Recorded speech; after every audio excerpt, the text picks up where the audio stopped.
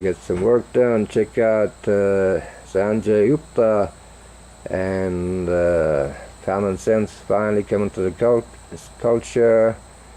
His special on CNN about marijuana, where he believed the authorities. He figured that they were trustworthy. What a joke that is. Government officials.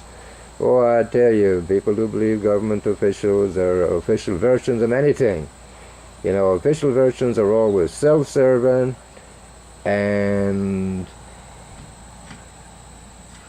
it's the GE version of reality. And that's what we have in the culture right now, with our foreign policy speaking from an American point of view, U.S. Sorry, buddy. Skittish kittens. Okay, sometimes they'll just go a little bit. And it's just old Buster myself hanging out there now, right, Buster?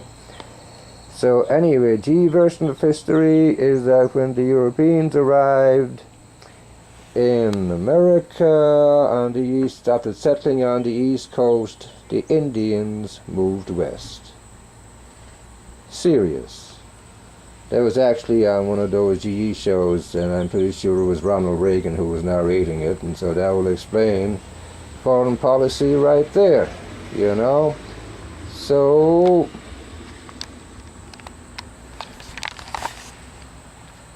wait a second now, get a bit of light. Here we go. So there we go. Okay. And Ronald Reagan's foreign policy, well, and the reality today with Obama. Okay. And since Reagan has been the GE version of reality for the military-industrial complex. All right, so here's a short poem on the subject. Get a life. Dancing around the idiocy of folks who take themselves too seriously, whining with blustery authority. Get a job, a real one. Got one already. Helping to end wage slavery with intellectual peasantry. Traveling with good Samaritan stories and poetry. So there you go. This present Pope Francis, he's been talking about that kind of slavery as well too, wage slavery. But now you got buzzwords. Wage slavery in America? Why, that's commie talk, commie socialist talk, exploitation of workers, commie socialist talk. We don't speak that way. That means you're anti-American. If you're anti-capitalist, no it don't. That is predatory capitalism, my friends, okay, which is anti-American. Okay, what's true American is enlightened capitalism. Okay, what is that, says you? Who's your man when he's at home? Well, the shamrock. All right, intellectual shamrock. The first principle is entrepreneurship guided by stewardship.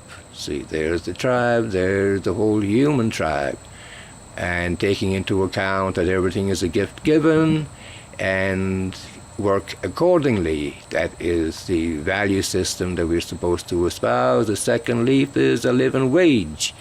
Okay, as opposed to cheap labor. Business needs cheap labor is a big old lie. Deceit, that's the plantation mentality, master slave. Who wants their child to be cheap labor? Okay, only the people who want others to be cheap labor, but not for them or their own. No way. There's the hypocrisy, and off the church and go, and then don't criticize them and their capital, their love for mammon, which is idolatry. Playing up an old idolatry, and now this Pope is going to be slagged by people like Donahue. They're going there. Oh, liberation theologists, Marxists. excuse me, Marx was quoting Christ and a lot of stuff. Who are you going to quote? Who are you going to listen to? Karl Marx, who was going by rabbinical scholarship and his ideas, ironically, by the way, only didn't believe in a deity, or Scripture. Okay, Scripture comes first. I love it when the priests and other people are going by what Marx said, not by Christ said, and not by what the apostles said. On sharing a well, for example, Acts 2 of the apostles, where he talked about what community is, defined community, breaking bread together, and what that truly meant, breaking bread. And then the people who had wealth and resources went and sold what they had and shared with the people who didn't have. That, folks, is called redistribution of wealth. That is in Scripture. Now, here, the military-industrial complex, how? That's liberation theology. No, motherfuckers. Dickhead motherfuckers and fickle bitches, terms in obtuseness of spirit. And that language comes from what Oedipus did to his mama. It made him a dickhead motherfucker, and it made Jocasta, his mama, a fickle bitch. Okay? So that's what we're talking about here, a little dose of reality, but it's amazing how easily people are deceived, like the priests and clergy, and say, oh, well, we'll quote Karl Marx on this subject. We won't go to Scripture and say what Scripture says and keep historical context and know that Marx was using rabbinical scholarship, even though he was denying the source of that, where the rabbinical wisdom came from. So much for that. That's a little bit of history, but it shows how deceit works, you know, and let the veils fall from your eyes, folks, and the reality of what's going on. Don't be scammed by the beast, which is the military-industrial complex, the corporations, and that corporate mentality which wants cheap labor. And the third part of the enlightened capitalism, that shamrock we were talking about, is a social contract for the general good. Jefferson talked about the general good. Okay, that is having a true ethic. That is having a culture. Not the predatory kind of capitalism where the entrepreneur is greeted, you know, oh, you make it for the bottom line, for the investor. That's who's driving everything. But who's the investor?